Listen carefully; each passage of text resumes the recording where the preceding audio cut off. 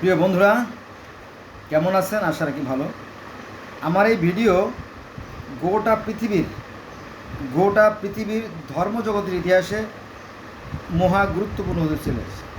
কারণ আমি আজকে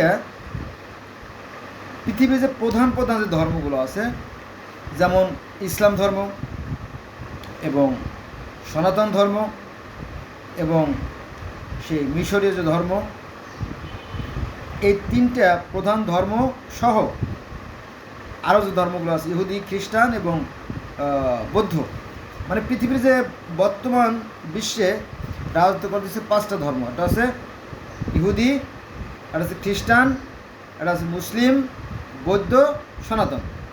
এই পাঁচটা ধর্ম থাকবে, প্লাস এর সাথে আরও অনেক ধর্ম চলে আসবে। তুলনা করব আমি, যেহেতু আমি পৃথিবীর বিভিন্ন ধর্মের একজন ছাত্র। আশা রাখি ভালো লাগবে, আমার সাথে থাকে। আমি এই মুহূর্তে কম্পেয়ার করতেছি মিশর, কোরআন, সনাতন এবং ইসলাম ধর্ম। মিশর কেন? বয়সের দিক থেকে মিশরের বয়স প্রায় ৬,৫০০ বছর, আর সনাতন ধর্মের বয়স ৫,৫০০ বছর, এরকম আর কি। আর ইসলাম ধর্মের বয়স ১৪৫০ বছর। এখন মিশরের কথা কেন আগে বলবো জানেন? কারণ মিশরের থেকে মুসা নবী এসে, তাই না, ধর্ম প্রবর্তন করে, তো তাদের কথা চলে আসে আগে। তো মিশরীয় যে ফারাও রাজা, তো মিশরীয় ফারাও রাজারা একজন অদৃশ্য নিরাকার সৃষ্টিকর্তায় বিশ্বাস করত। তাকে বলা হয় রা, অর্থাৎ অদৃশ্য সৃষ্টিকর্তা। কিন্তু অত্যন্ত পরিতাপের বিষয় হলো সত্য যে আমি একজন মুসলমানের সন্তান, আমাদের আলেম ওলামা, আমাদের মুফতি মুহাদ্দিস ইমামরা আমরা কেন বলে যে তাদের কোনো ধর্ম ছিল না, এটা আমার বোধগম্য না। তাদেরও ধর্ম ছিল, এবং এই যে এক আল্লাহ অর্থাৎ এই এক রায়ের আবার 4জন প্রধান ফেরেশতা ছিল। যেমন আমাদের ইসলাম ধর্মে 4জন ফেরেশতা আছে, সেটা আবার কি? আমাদের ইসলাম ধর্মে 4জন ফেরেশতা আছে: আজরাইল, জিব্রাইল, ইসরাফিল, মেকাইল। এই 4জন ফেরেশতা আবার প্রাচীন যে পৌত্তলিক ধর্ম ছিল সেখানেও 4জন আছে। সেখানে লাত, মান্না, উজ্জা, হাবল। তারা ইসলাম ধর্ম বললাম কি? আজরাইল, জিব্রাইল, ইসরাফিল, মেকাইল 4জন। এবং সেই প্রাচীন ধর্মে ছিল 4জন: লাত, মান্না, উজ্জা, হাবল 4জন। তারপরে সনাতন বা হিন্দু ধর্মেও 4জন। এটা আছে ব্রহ্মা, বিষ্ণু, শিব, মহেশ্বর 4জন। আবার এই যে মিশরীয় যে ধর্ম, সেই মিশরীয় ধর্মেও সেই 4জন অদৃশ্য বা জ্ঞানের দেবতার কথা বলা হয়েছে। তারা হচ্ছে হু, শেহা, শেহেম, হেহ। বন্ধুরা, একটা ভিডিও দিয়ে অনেক কিছু আসলে বোঝানো সম্ভব না। যদি আমার সাথে থাকেন তাহলে আমি আপনাদেরকে পৃথিবীর যত ধর্ম আছে আমি সে সম্পর্কে জানার চেষ্টা করবো। কারণ আমি প্রায় 30-33 বছর এই ধর্ম নিয়েই গবেষণা করে আসছি আর কি। তো আমার সাথে থাকুন। তাহলে আমরা জানলাম যে মিশরীয় যে ফারাও রাজারা হচ্ছে ঈশ্বর। হ্যাঁ, এটা সত্যি। আলেমরা যা বলে তার আংশিক সত্যি, যে ফারাওরা নিজেকে ঈশ্বর দাবি করত। আর এই ঈশ্বরদের যারা সৃষ্টি করেছেন তারা হচ্ছে মহা ঈশ্বর বা অদৃশ্যের দেবতারা। বুঝা গেছে বিষয়টা? তার মানে কি? তাহলে মিশরীরা বলতেছে অদৃশ্যের সৃষ্টিকর্তা হচ্ছে রা, আর হিন্দু ধর্মে হচ্ছে কি ঈশ্বর জ্যোতিময়, নিরাকার, অশরীরী। তারা বলে কি ভগবান অদৃশ্য। তো সমস্যা নাই, তাই না? বেদে ঈশ্বর জ্যোতিময়। আবার ভগবত গীতায় অর্জুন শ্রীকৃষ্ণকে বলিলেন, আমি ঈশ্বরের যে দিব্য রূপ, প্রকৃত রূপ আমি দেখতে চাই। তখন শ্রীকৃষ্ণ বলিলেন, না, ঈশ্বরকে চর্মচক্ষুতে দেখা সম্ভব না। তখন বলো, ঠিক আছে, তোমাকে আমি জ্ঞান চক্ষু দান করতেছি। জ্ঞান চক্ষু দ্বারা তাকে উপলব্ধি করা সম্ভব। যারা বিবেকবান, যারা জ্ঞানী, যারা বিচক্ষণ, তারাই শুধুমাত্র সৃষ্টিকর্তার যে উপলব্ধি বুঝতে পারে, সবাই না। বোঝা গেছে বিষয়টা? আচ্ছা, আমি একটু বেদ থেকে স্পষ্ট বলি, তাই না? একং একং সদ্বিপ্রা, একং সদ্বিপ্রা বহুধা বদন্তি। এই শব্দটা আছে ঋগ্বেদের প্রথম মণ্ডলের 1-64 সূক্তে। বোঝা গেছে সেটা? আবার আমি মুসলমানের সন্তান, আমরাও এই একই কথা বলি, তবে অন্য ভাষায় বলি। সেটা হচ্ছে কুলহু আল্লাহু আহাদ। কুলহু বলো, কুলহু বলো, আল্লাহু মানে আল্লাহু, আহাদ মানে এক, বলো আল্লাহ এক। So there is no difference, all are equal. এখানে সনাতন ধর্ম বলতেছে যে একং সদ্বিপ্রা বহুধা বদন্তি, তার মানে একই ঈশ্বর বহুরূপে প্রকাশমান। আর আমরা বলি যে ঈশ্বর প্রথমে তার নূর দ্বারা নবী মুহাম্মদ সাল্লাল্লাহু আলাইহি ওয়াসাল্লামকে সৃষ্টি করলো বা চারজন ফেরেশতা সৃষ্টি করলো। যদিও নবী মুহাম্মদ সৃষ্টি করলে কথা সত্যি না, এটা বাড়াবাড়ি। তারপরে তার নূর দ্বারা সমস্ত জগৎ সৃষ্টি করলো। তাহলে এই অর্থ তো একই রে বাবা। একং একং সদ্বিপ্রা বহুধা বদন্তি, যার অর্থ হচ্ছে একই ঈশ্বর বহুরূপে প্রকাশমান। কিন্তু আমরাও মুসলমানও তাই বলি, তাই না? তিনি তাকে বহুরূপে প্রকাশিত করেছেন। এটা আছে সূরা নূরে, আমাদের কোরআন শরীফে সূরা নূরে আছে যে একটা কাচের মধ্যে আলো প্রজ্বলিত আর তার চারিদিকে ছড়িয়ে পড়ছে, সেরকম উদাহরণ হয়েছে। তাহলে আমরা জানলাম যে ঈশ্বর জ্যোতিময় ও নিরাকার সনাতন ধর্মে, ঈশ্বর নিরাকার এবং জ্যোতিময় মিশরীয় ধর্মে, এবং ঈশ্বর নিরাকার এবং জ্যোতিময় আমাদের ইসলাম ধর্মে। আরও ধর্মে আমি যাচ্ছি না, এখানে একটা ধর্মের কথা বলে দেয় যে জরথুস্ট যে ধর্ম, জরথুস্ট ধর্মে যে প্রবর্তক জরস্টান, উনি একটা নদীর মোহনায় বসে বসে ধ্যান সাধনা করতেছিলেন। তো তখন একটা জ্যোতি, ঐশ্বরিক জ্যোতি, ঐশী জ্যোতি, চতুষ্কোণ জ্যোতি এসে তাকে বলল যে হেই জরথুস্ট, মানুষ তো অধর্মে চলে যাচ্ছে, তুমি তাদেরকে ধর্ম শেখাও। তো যারা বিজ্ঞ, যারা ধর্ম নিয়ে রিসার্চ করে, তারা বলতেছে হ্যাঁ, এই জরথুস্ট ধর্ম থেকে পরবর্তীতে ইহুদি ধর্ম, পরে খ্রিস্টান ধর্ম, তারপর ইসলাম ধর্মের জন্ম। প্রকৃত সত্য আমি জানি না, আমার গালাগালি দেবেন না প্লিজ। আচ্ছা, আমরা চলে আসি। তাহলে আমরা জানলাম মিশরীয় ধর্মে ঈশ্বর জ্যোতিময়, সনাতন ধর্মে ঈশ্বর অদৃশ্য জ্যোতিময়, এবং আমাদের ইসলাম ধর্মে ঈশ্বর অদৃশ্য এবং জ্যোতিময়। একটা আছে সূরা নূরে, আর একটা আছে সূরা আনামের 103 নম্বর আয়াতে। আমি বলে দিলাম যাতে আপনারা গালাগালি না করেন। হ্যাঁ, আমাদের মুসলমান ভাইরা বেশি গালাগালিতে পড়ু, আমি দেখছি। হ্যাঁ, আমি নিশ্চিত, মানে কমেন্টস করে তো ওরা গালাগালি ছাড়া কিছু বোঝে না, বুঝছেন? ধর্ম মূলত মানে ধর্মের সৃষ্টি হয়েছে পরস্পর হিংসা, ঘৃণা, বিদ্বেষ থেকে। ধর্মের জন্মই এরকম হয়েছে, কিন্তু আসল ধর্ম কিন্তু একটাই, বুঝলেন না? আসল ধর্ম বলতে গোটা পৃথিবীর যে 800-900 মানুষ আছে, 800-900 কোটি মানুষ আছে, সবার জন্য একটাই চন্দ্র, একটাই সূর্য, একটাই পৃথিবী, একটাই আকাশ, একটাই জমিন, একই অক্সিজেন আমরা সবাই ভোগ করি। পৃথিবীর প্রত্যেকটা মানুষের রক্ত লাল, প্রত্যেকটা মানুষ সুখে হাসে, দুঃখে কাঁদে, শীতে কাঁপে, সবার আবেগ অনুভূতি সব এক। বোঝা গেছে বিষয়টা? পৃথিবীর প্রত্যেকটা মানুষ, পৃথিবীতে যে 12,900 ভাষা আছে, তার মধ্যে প্রচলিত ভাষা আছে 2,500। তো প্রত্যেকটা মানুষ একটা মাত্র যন্ত্র দিয়ে শব্দ তৈরি করে, সেটা কি? ঠোঁট, লিফ, আর ভোকাল কট, দ্যাটস মিন বাগ যন্ত্র। Is not it? Yes I am. So let's go next part. পানি থেকে সৃষ্টি।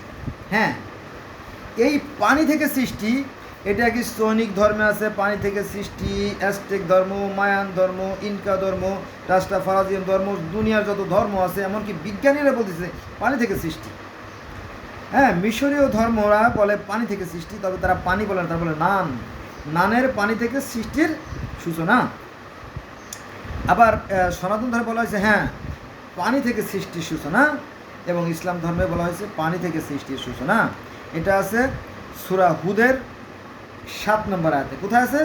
সূরা হুদের 7 নম্বর আয়াতে এবং মায়েদার 30 নম্বর আয়াতে। যদি আপনি দেখতেন।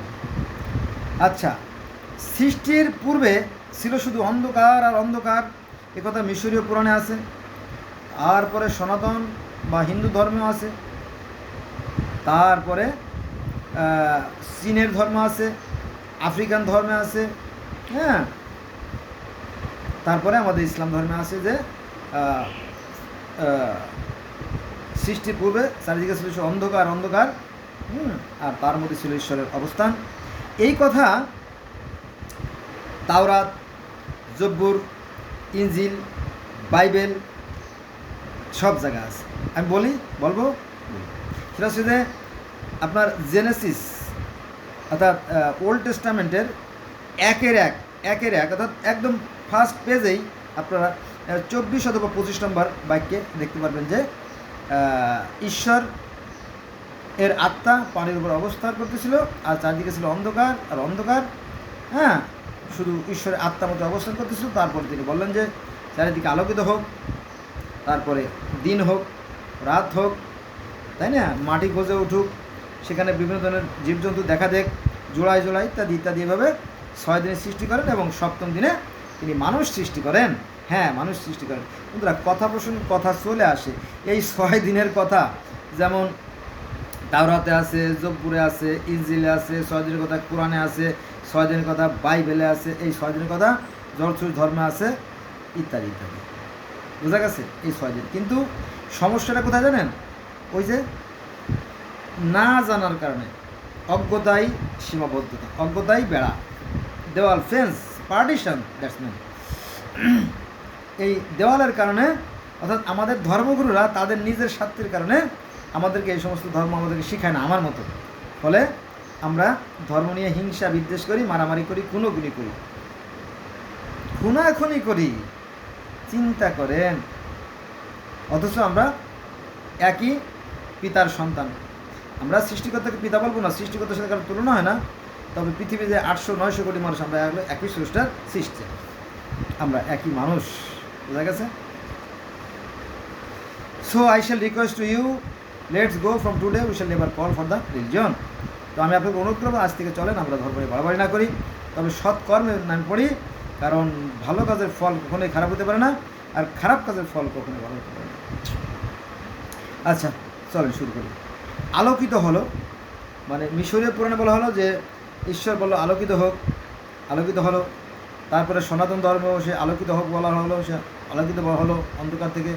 তারপরে আমাদের ইসলাম ধর্ম বলো যে আলোকিত হলো, মানে যখন সৃষ্টি সূচনা হয় তখন বলো যে আলোকিত হোক, আলোকিত হোক, একই কথা বলা আছে।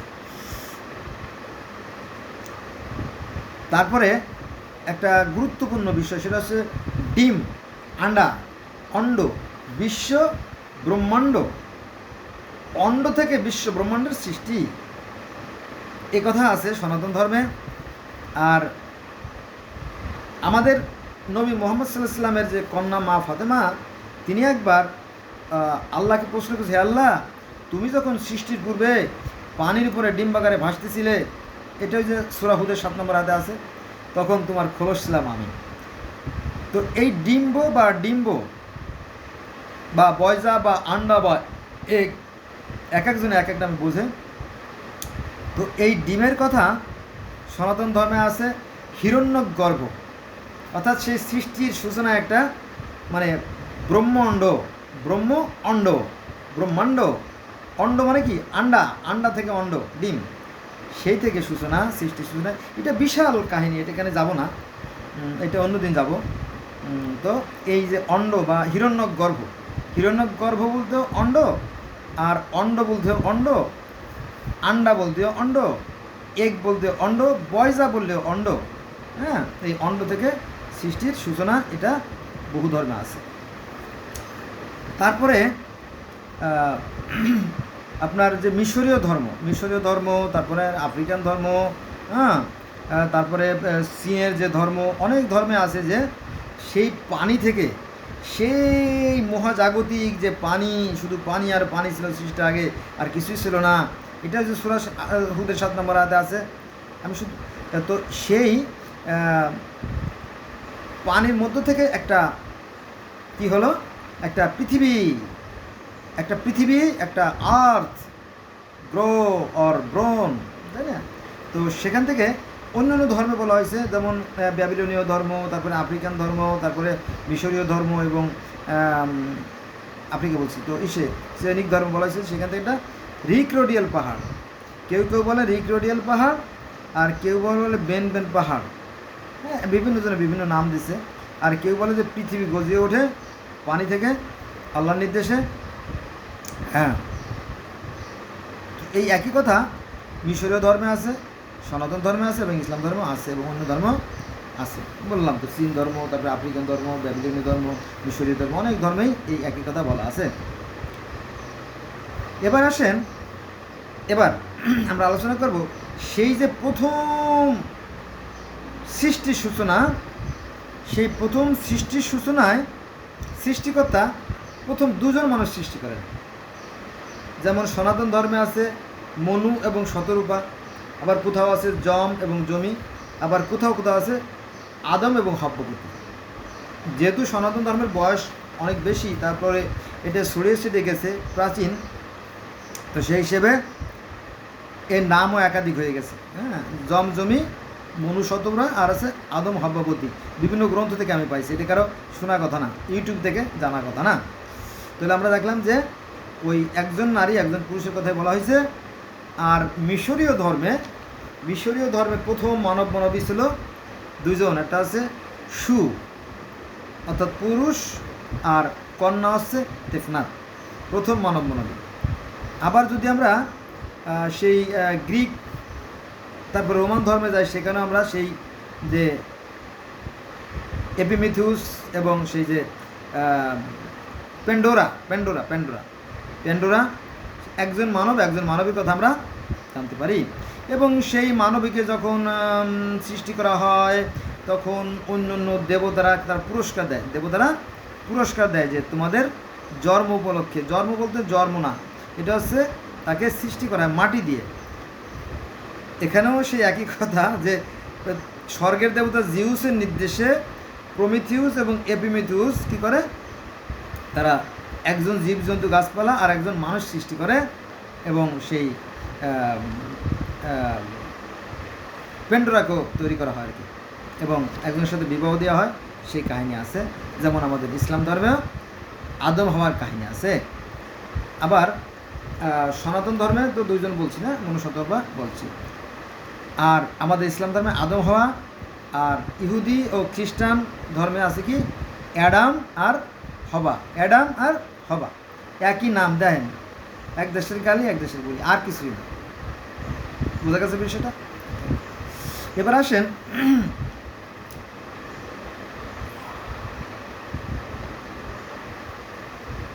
চারজন ফেরেশতার কথা কি বলছি? আমাদের আজরাইল, জিব্রাইল, ইসরাফিল, মিকাইল ইসলাম ধর্মে। হিন্দু ধর্মে ব্রহ্মা, বিষ্ণু, শিব, মহেশ্বর চারজন। প্রাচীন ধর্মে লাত, মান্না, উজ্জা, হাবল চারজন। তারপরে মিশরীয় ধর্মে আইসিস, ওসাইরিস, শেত ও তেফনাত, এবং চারজনের কথা বলা আছে।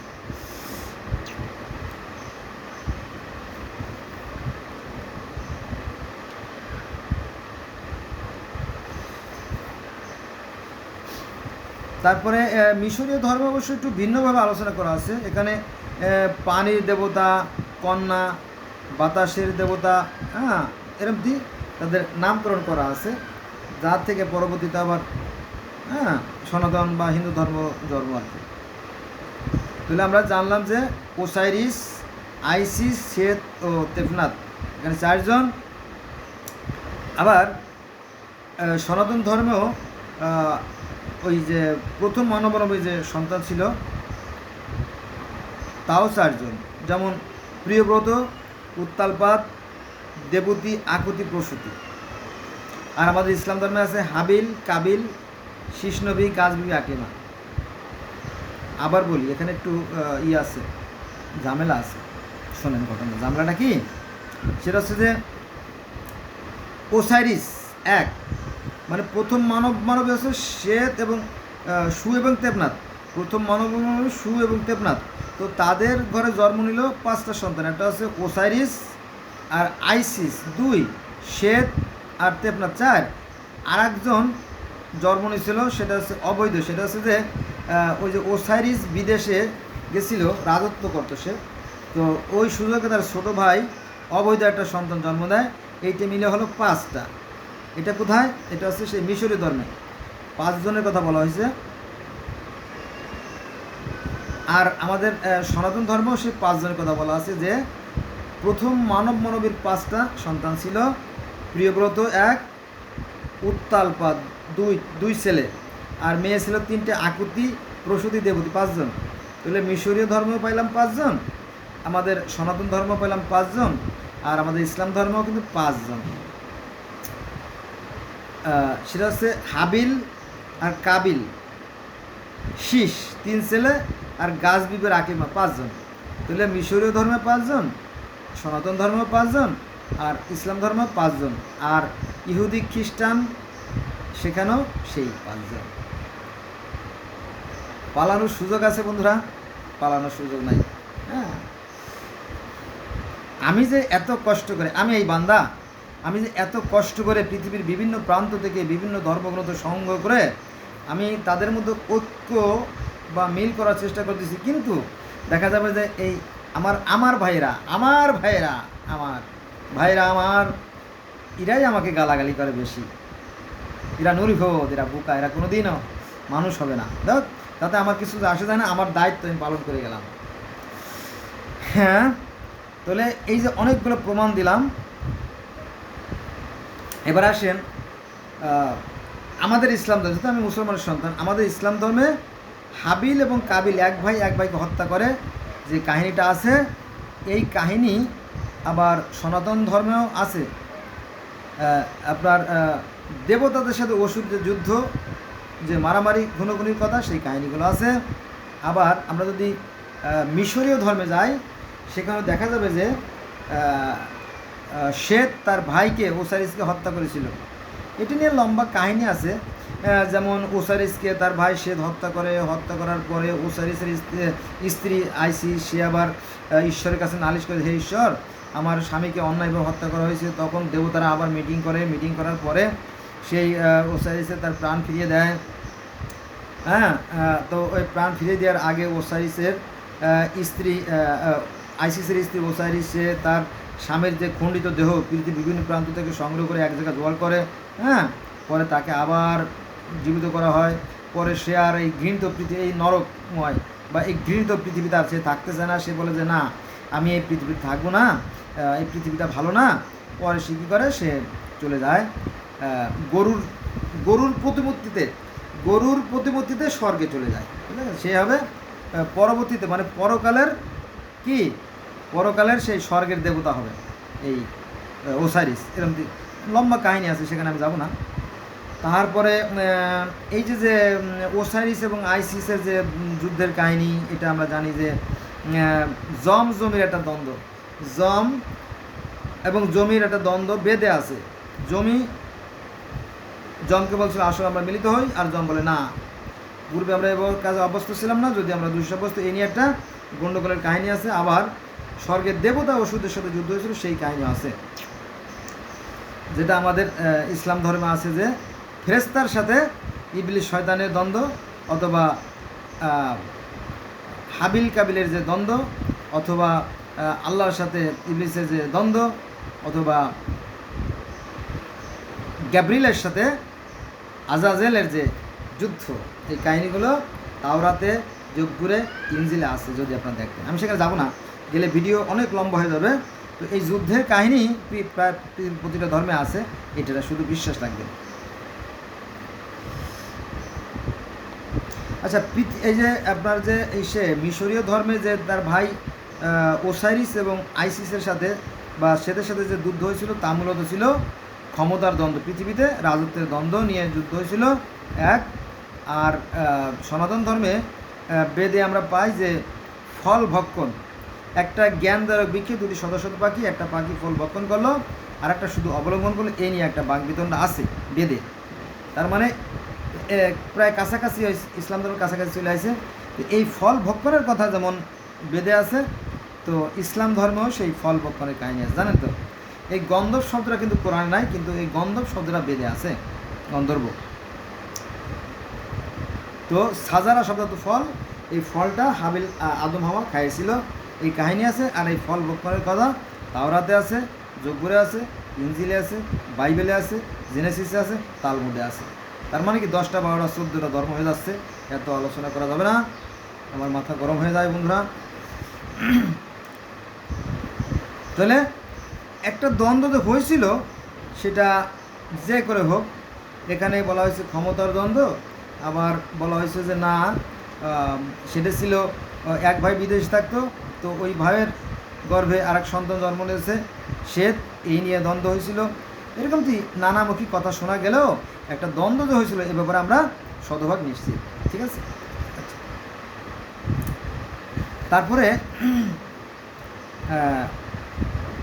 এই যে অমরত্ব আমাদের ইসলাম ধর্মে আছে, যে আদম হাওয়া স্বর্গে আজীবন থাকার একটা সিদ্ধান্ত ছিল, কিন্তু একটা ভুলের কারণে সেই অমরত্ব লাভ করা সম্ভব হলো না, সেই স্বর্গ থেকে তাদেরকে বিতাড়িত হতে হলো, সেই কাহিনী আমরা জানি। ঠিক সনাতন ধর্ম একই কাহিনী আছে, যে তাদের একটা অবৈধ সন্তান জন্ম নিল, দেবতারা তাকে মাটিতে ছুঁড়ে ফেলে দিল, এরকম কাহিনী আছে, তাদের অমরত্ব লাভ করা সম্ভব হলো না। আর এদিকে আপনার মিশরীয় যে ধর্মগুলোতে আছে সেখানে আপনার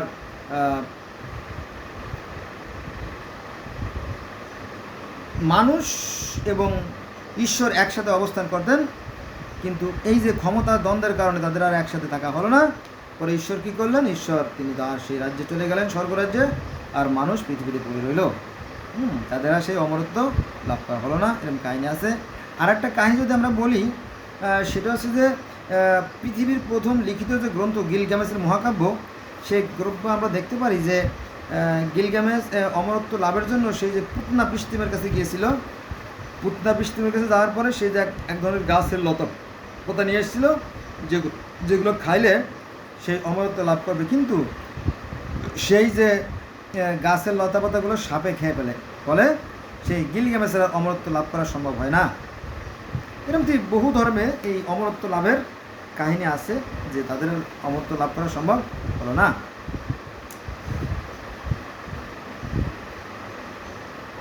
আচ্ছা, এখানে একটা বিষয়, সেটা হচ্ছে যে আদম হাওয়ার যে গল্প, তাদেরকে পরবর্তীতে ক্ষমা করে দেওয়া হয়, হ্যাঁ, এবং একটা অমরত্বের একটা সুযোগ দেওয়া হয়, আমরা জানি।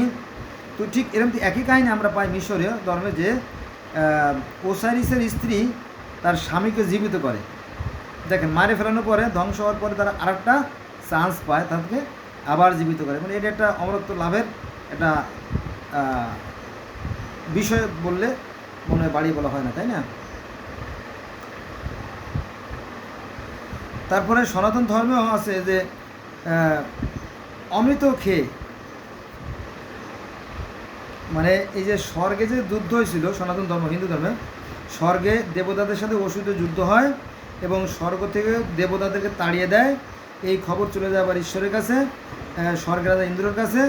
পরে তারা আবার বলে যে এটা কীভাবে কী করা যাবে, তখন সেই ক্ষীরসাগরে মন্থর ওঠে, অমৃত উদ্গৃত হয়, সেই অমৃত খেয়ে আবার দেবতারা স্বর্গ ফিরে পায়। তো এখানে আমরা আদমের বেলা দেখলাম যে আদমদেরকে ক্ষমা করে দেওয়া হলো, যে আর একটা আশ্বাস দিয়ে, আর এখানে অমৃত খেয়ে আবার তারা সেই স্বর্গে ফিরে পেল। আর ওসারিস বা তার মিশরীয় ধর্ম আমরা দেখতে পাই যে আবার সেই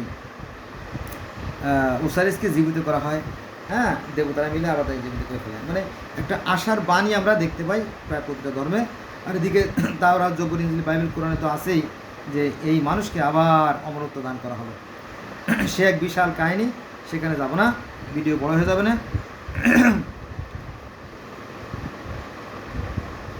তারপরে এই যে অসংখ্য যে দেবতাদের কাহিনী, এগুলো যেমন আমাদের ইসলাম ধর্মে আছে যে ঈশ্বরের অসংখ্য ফেরেশতা। এখানে একটু ঝামেলা আছে, কারণ অসংখ্য ফেরেশতাদেরকে কীভাবে সৃষ্টি করে আল্লাহ সেটা কিন্তু বিস্তারিত বর্ণনায় এখানে ফেরেশতাদের বেলা একটু ভিন্ন ভাব পোষণ করা হয়েছে, যাদেরকে বলা হয় তোমরা হও আর হয়ে যায়। কিন্তু শয়তানের বেলা যত রকম বাজে ব্যাপার আছে, যে শয়তানের এক ট্যাঙে সাথে আর এক ট্যাং মিলেলেই নিজে নিজেই সেক্স করে, তারপরে সেই আবার সন্তান উৎপাদন করে, এবং একটা মানব শিশু জন্ম নিলে 9টা শয়তান জন্ম হয়, এরকম দিয়ে শয়তানের ব্যাপারে বাজে বাজে ব্যাখ্যা দিয়ে বিস্তারিত জন্মের কাহিনী আছে, কিন্তু ফেরেশতাদের বেলায় এটা আলোচনা করা হয় নাই, কারণ তাহলে দুর্বল দিক প্রকাশ পেয়ে যায়, এটা ঠিক না আর কি। যাই হোক, কিন্তু সনাতন ধর্মে দেবতাদের সাথে দেবতাদের, অর্থাৎ যে সেক্স হয়, প্রণয় হয়, মিলন হয়, সেই কাহিনিগুলো বলা আছে। তবে বেদে আমি 33 জন দেবতার কথা পাইছি, 33 জন, 33 কোটি পাইনি। তারপরে মিশরীয় ধর্ম সে অসংখ্য অসংখ্য ঈশ্বর এবং ঈশ্বরের কথা আছে, সেটা আজকে না হয় আলোচনা নাই করলাম, আমার অন্য ভিডিও দেখে আপনারা জেনে যেতে পারবেন। তো বন্ধুরা, আমার মনে হয় এই যে ধর্মগুলো, এই ধর্মের যে মূল যে ফাউন্ডেশন, অর্থাৎ যে ভিত্তি যেটা, তা মূলত এক এবং অভিন্ন। হ্যাঁ, কারণ পৃথিবীতে যত ধর্মই থাকুক না কেন, তারা সেই হয় একজন সৃষ্টিকর্তাকেই মানে। হ্যাঁ, দেখেন যে এই সনাতন ধর্মে 33 কোটি বা যত কোটি বলুক না কেন, সেখানে কিন্তু একজনের কথা বলা হয়েছে, আর তা হচ্ছে একং সদিবিপ্রা বহুধা বদন্তি। এটা আছে ঋগ্বেদের প্রথম মণ্ডলের 164 এবং 46 আছে, অর্থাৎ একই ঈশ্বর বহুরূপে প্রকাশমান, এটা আর কি বিষয়। তো এক একজন এক একভাবে এটাকে ব্যাখ্যা বিশ্লেষণ করে, ফলে মানুষের মধ্যে দ্বিধা দ্বন্দ্ব মতানৈক্য সৃষ্টি হয়, হ্যাঁ, বিভেদ সৃষ্টি হয়, আমরা না জানার কারণে, আমাদের অজ্ঞতার কারণে।